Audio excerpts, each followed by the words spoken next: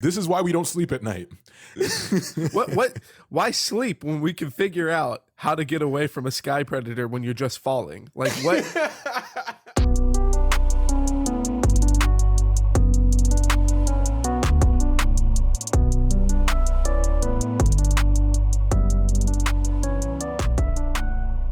Welcome to Casuals of Runeterra, episode 48. I'm your host, Ryan, here with your other host, Hetch.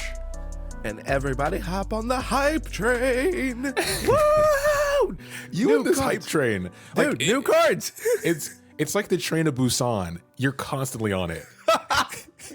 He lives on the hype train. And I'm bringing the zombies, all right? Like, it's not like potato salad. You know what I'm saying? By the way, I'll bring the zombies. Man, like I'm gonna get pooped on by the entirety of the southern states because everyone is always telling you it's like if you actually get invited to a family cookout, you don't show out, you just show up. You come with paper plates or paper cups. Don't try to do anything extra. And here I am with the hype train, the train of Busan zombies. I'm just breaking all the rules today. One rule we never break is housekeeping. So up top, as always, you can listen to us everywhere. Follow us on TikTok for some clips, YouTube as well for clips. But follow Twitter mainly because that's how you keep up to date on the episodes. It's the easiest way.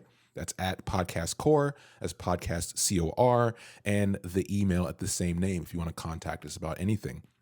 And then leave a like, follow, short review. We do have a review up with the 6 stars that we've mentioned, so people are following the rules. Keep up the trend. Absolute hero. Keep up the trend. And with the trend, tell a friend to take a deep dive below the sands and listen to the Casuals of Runeterra podcast. Yeah, and if anyone's listening to that, spoiler to our Noxus fans, we're sorry. Are we? Are we? Spoiler season, hype train, bring the zombies. Listen, they had to know. It's like an abusive relationship. You have to leave. Stop coming back. Bro. You know I had to do it to him. You know I had to do it to him. Right, what you been playing? So, state of the game. I'm still playing Sharvin. It's because obviously we're talking about one of the revealed champions for this new small set coming up.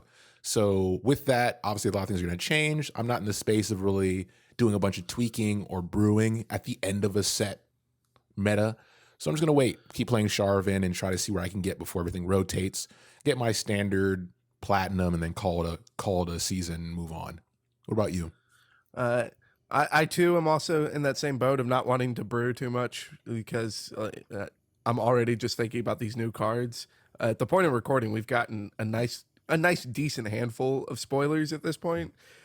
So that's all my brain can think about. So I have been in the lab, which I know I've been belly aching to you with how dumb I am because it's just like, man, I can't tell. Like everyone knows that Malphite's bad, but I can't tell if Malphite's just that bad or if I'm that dumb with how long I've been playing these lab games. But I finally got like my card back, so like winning with like everybody to get the card back. So that was nice.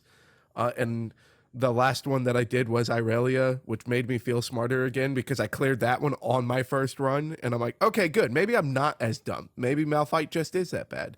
Riot, please. Congrats on your card back. You deserve it, man. You're a grinder. We did it. So this episode is going to be a little unique, a lot shorter than our other episodes. And we'll get into reasons why. But deep sand diving with Rek'Sai, the queen herself. This one, we got a lot of cards revealed with this, and we're making this episode as soon as possible to get it to you guys, so we can get some lore stuff out there. The caveat here, though, is Rek'Sai doesn't have much lore, and we'll get into the reasons why, but as always, we start with spells and followers. So, what spell you got for us?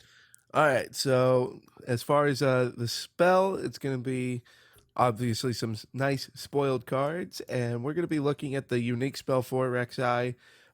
Well, not fully unique, but you get it.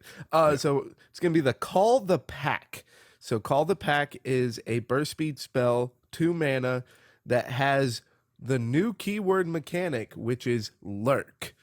All right, so the Lurk mechanic is if a card with Lurk is on top of your deck when you attack, the Lurk triggers, and all Lurkers, which is a new creature type, will get +1 attack.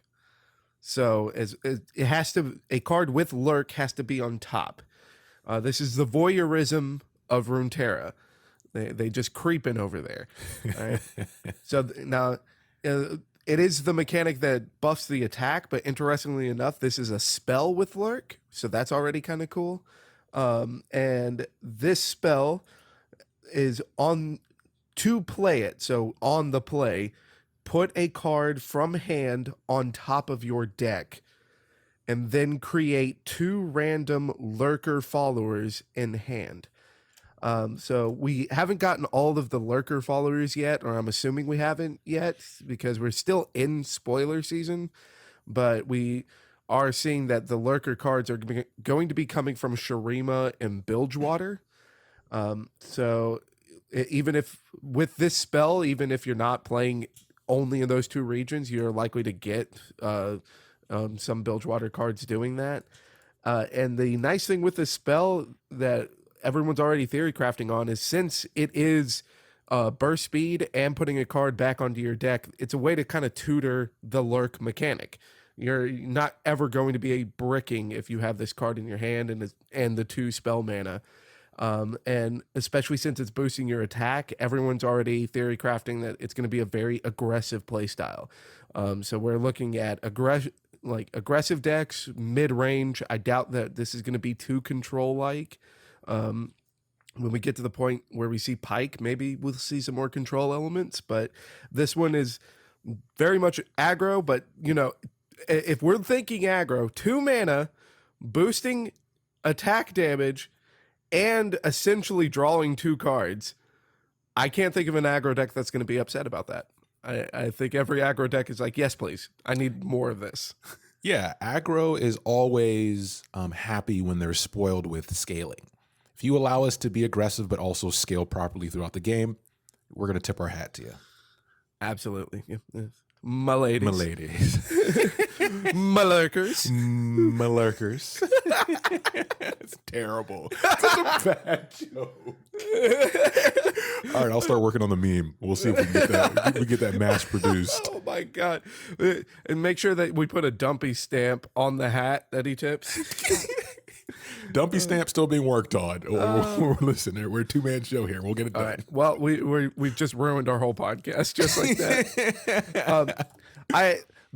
Like you said though, like the ability to scale for aggro is fantastic. So, for our purposes on the show, the only downside is that we don't have our nice lore yet, but that is just kind of a part of Rek'Sai. Rek'Sai is a little bit of everywhere. But this picture, like the card art on this already kind of gives you the feel of what they want Lurk to feel like, which is it's all those little void minions just crawling out of a hole from under you. And if I grew up watching all of the Worms movies. Yep, Tremors. The Tremors. So I grew up watching Tremors 1 multiple times and 2 and 3. Yeah, nightmare fuel. Yeah, definitely one of the scary moments of my childhood for real. And one of the biggest tremors right here is the follower that we got. Yeah, so let's take a look at Xerxareth, the Under Titan. If Rek'Sai isn't a great title. If Rek'Sai isn't the worm from Tremors, Xerxareth, the Under Titan. That's got it. Like you could see this busting out from under like a WWE like wrestling ring, and just like crowd just erupts. Stone Cold, the Undertaker's son, the Under Titan. The Under Titan. So the Xerxareth is a 5 mana 2/6 with Lurk. So a little technically a little understated as far as for the 5 mana range, but if you get the ratio looking at 2/6, you already know the stamp is coming out of its case, and we're looking at this card. Now, the effect that Xerxareth has is on the attack. If I have 8+ power, give me Fearsome, Overwhelm, and Spell Shield this round. So this is a lot to work around technically, because you want to be lurking a lot. So you want to make sure that you're getting these lurk triggers. If this is happening only off of your lurk triggers, this is going to be 6 times that you trigger before you get that effect.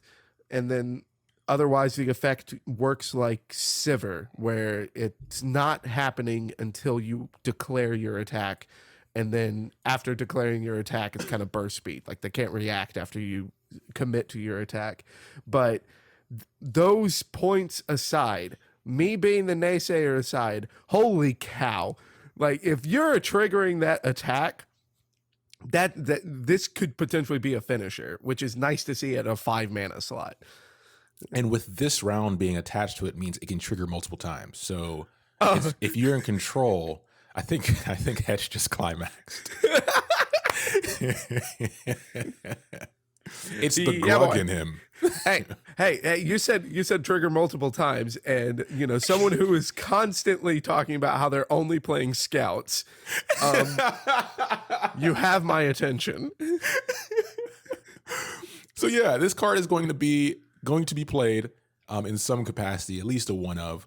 I think the coolest thing about the lore aspect, so this has been mentioned as far as like comments on the reveal video of Rek'Sai, or on the Twitter, where people are like, one unique thing about Rek'Sai in the world of like League of Legends was she was very unique, right? As far as her species, what she represented of that species, it was unique to her. So now with the card game expressing more of that lore, we're seeing things like Xerxareth, right? And other things in that species that says, okay, it's not just her, which is even more terrifying, but she is still the largest and most fearsome version of it. Think of her like a T-Rex, while everything else is like a different version of dinosaur, like a raptor or etc., right? Hey, we're going to get all the dino fans, like everyone who took that deep dive into paleontology, really getting on our case for saying T-Rex is the top.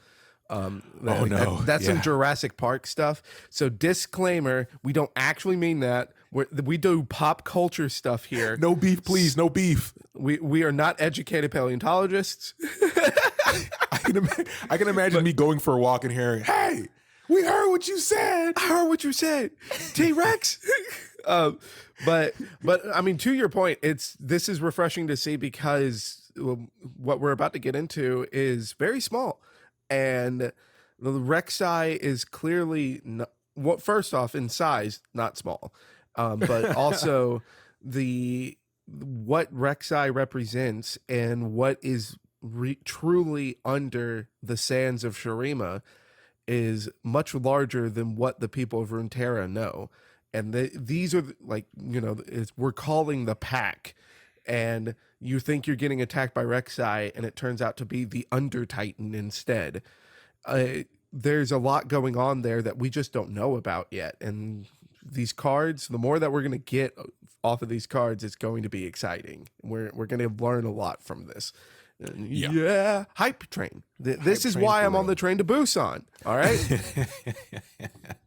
So let's get to the queen herself. Rek'Sai's lore, there's not much of it. I mean, we mentioned this at the top of the episode. Essentially, it focuses on the fact that she's just a monstrous predator. She does have what's considered a territory in the Shurima region. It's not like Rek'Sai's not everywhere all the time. She's just a monstrous thing that is a predator within this space. So, and that being said, also, we mentioned Xerxareth, but she is considered the largest and most fierce known of her species. Hence her being named, right? And the other part of that, when Hetch mentioned, being a void being of sorts, the appetite is unending. And that's a scary part. There's no satisfying her hunger. It's she hunts, she feeds, and that's it. That's the loop. And if you get caught in the loop, I feel bad for you. Yeah, it's if you get caught in the loop, it's not a loop for you anymore. Like, yeah, you got caught in the loop, but it is done. Like, that's just how that goes. Exactly. So that's kind of the gist of how she's explained. There are more stuff to her. Like, it's more about the experience around her. Think of Rek'Sai almost like a natural disaster, right? It's something that you know is going to occur, that's going to happen. You have no control over it besides trying to avoid it the best you can. And that's what happens with a lot of traders and merchants and people in the area, is they know where to avoid. And the people who do not know where to avoid usually get lured into her territory by like bandits or people who want to wish them harm because they don't know any better. And then, Rek'Sai kind of takes over the rest of the work. The alley-oop, if you would incline. But yeah, let's hop into the card, because that's kind of what we want to talk about, because it is very well implemented. I think a lot of people, so Rek'Sai was the first one revealed of the batch of new 3. And when people saw her, they're like, okay, this does it justice, right? This makes sense, which is no surprise, right? It's been really good at it so far with nailing these cards down.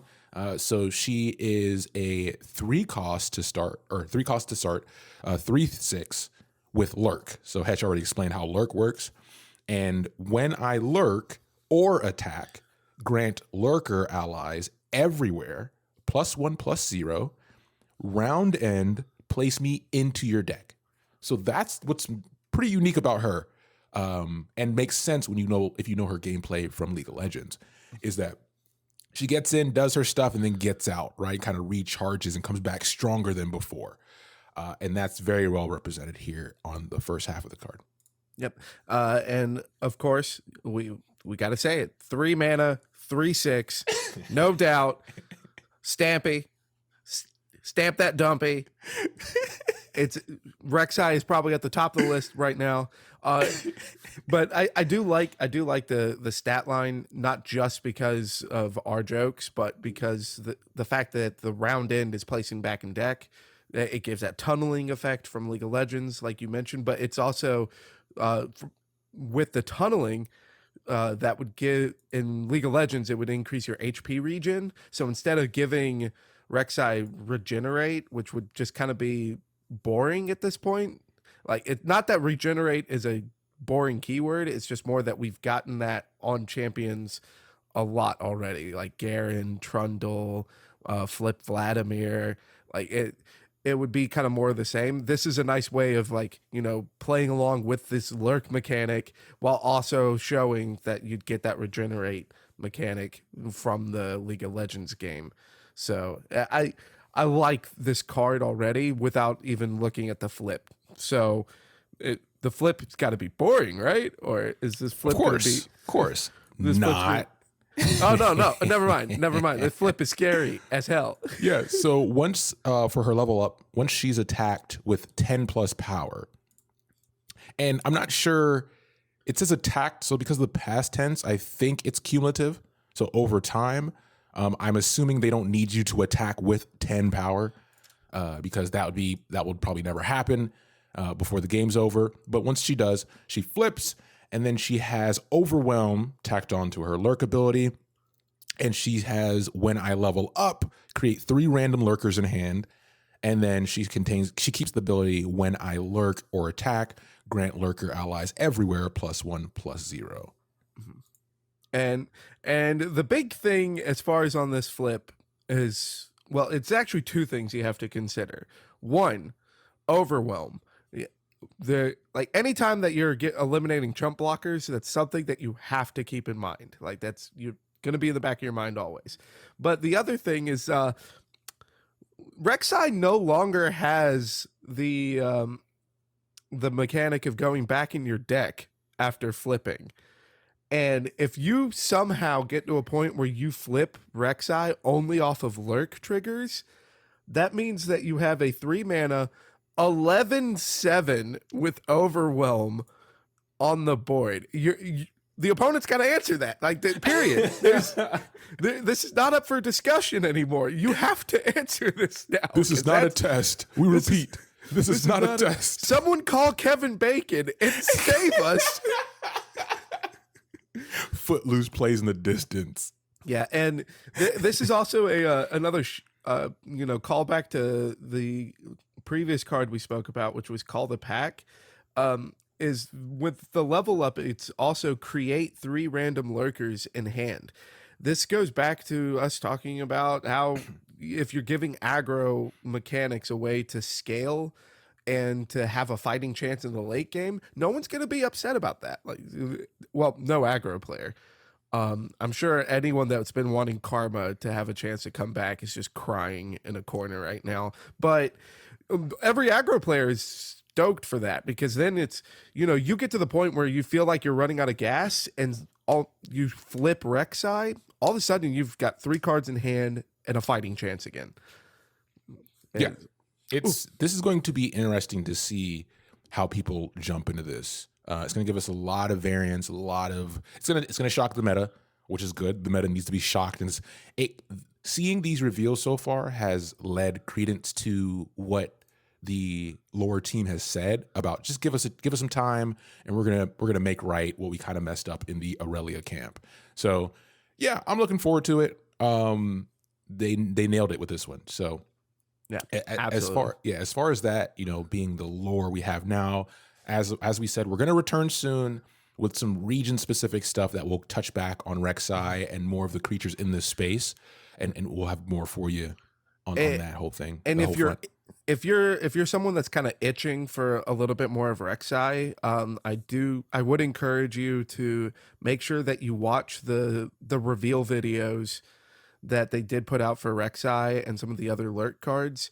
It doesn't really give too much as far as the lore, but the coolest thing for me that they spoiled is the interactions that some of the champions have with seeing Rek'Sai, specifically the Shurima champions. So there's a moment where they show Rek'Sai hitting the board with Talia in play, and it really does kind of give like Talia really helps to build that atmosphere that we are trying to build right now of, yeah, Rek'Sai is the menace of Shurima. Everyone in Shurima knows about this. And it's just like, now everybody hold up.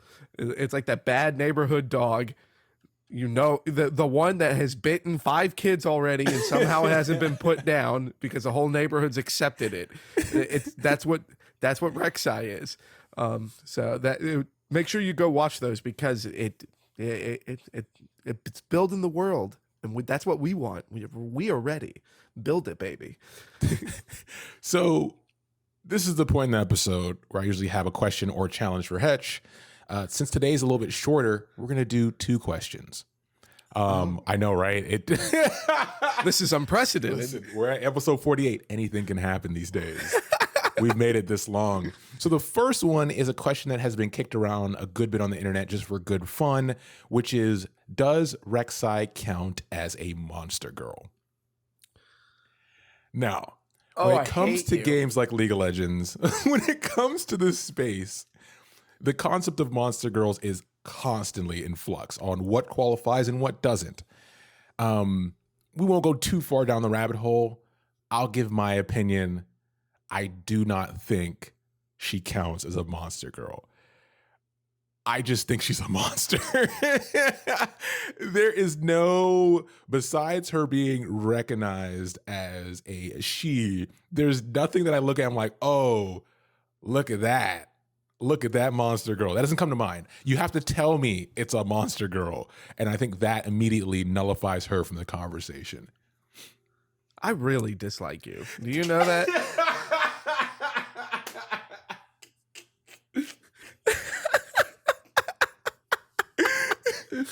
Oh Lord. So I have to agree with you on this one. I do not view Rek'Sai as a monster girl. Because I also feel like it's one of those things where it's only a question that gets brought up because they slapped the word her on the champion when it was released. nobody was giving it a gender in the beginning until Riot gave it a gender, and then it's just a thing of like, okay, well, let's not misgender Rek'Sai then. So no, I don't agree. Well, I do agree that I don't think it is that Rek'Sai is a monster girl. I hesitate to do any research on this because I grew up on the internet. I am aware of Rule 34. So I'll let those people hash it out, and I will remove myself from this conversation. The experts. The experts. We're gonna get canceled. For people who have done the research, shout out to TB Skyen. He did a podcast. He has his podcast, and he did an episode in which they went deep on this, and Rek'Sai does come up. Check it out because it is an interesting space to think about from a design perspective when it comes to these characters, and it's just fun. It's good fun, right? He would. So the second question, and the one that's more in line with what we usually ask here, is you have 3 scenarios and you have to choose one, Hedge. You can be stuck in the sky, so falling, being chased by a flying predator. You can be stuck on the ground, being pursued by a lurker, or you can be stuck in the ocean, being pursued by a swimming predator. All of them suck. Which one do you choose? I go first. I don't know why, and this feels counterintuitive to how I thought my mind would work. I'm leaning towards falling, being chased by a sky predator, because they all feel inevitable. So I don't want to give myself any hope when it comes to being able to escape. Like, when you're free falling, you're at the whim of the fall and the predator probably playing with you or whatever before it ends everything, right? Whereas on ground and swimming, I feel like you have a chance, and that hope just makes it worse. I know it sounds twisted, but I'm really interested to see your view on it. I don't view it as too twisted. That's like the rip the Band-Aid mentality. Yeah. I see where you're coming from.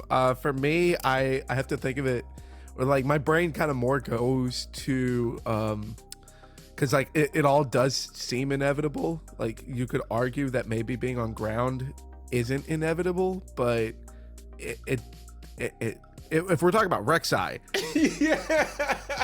that still seems pretty inevitable, my guy. So for me, it would have to be like, what would I be doing beforehand that would make it close to being worth it? So I would probably want to be in the ocean with a sea predator. Yeah. Because then maybe in this scenario it would be a life at sea, and that sounds nice to me.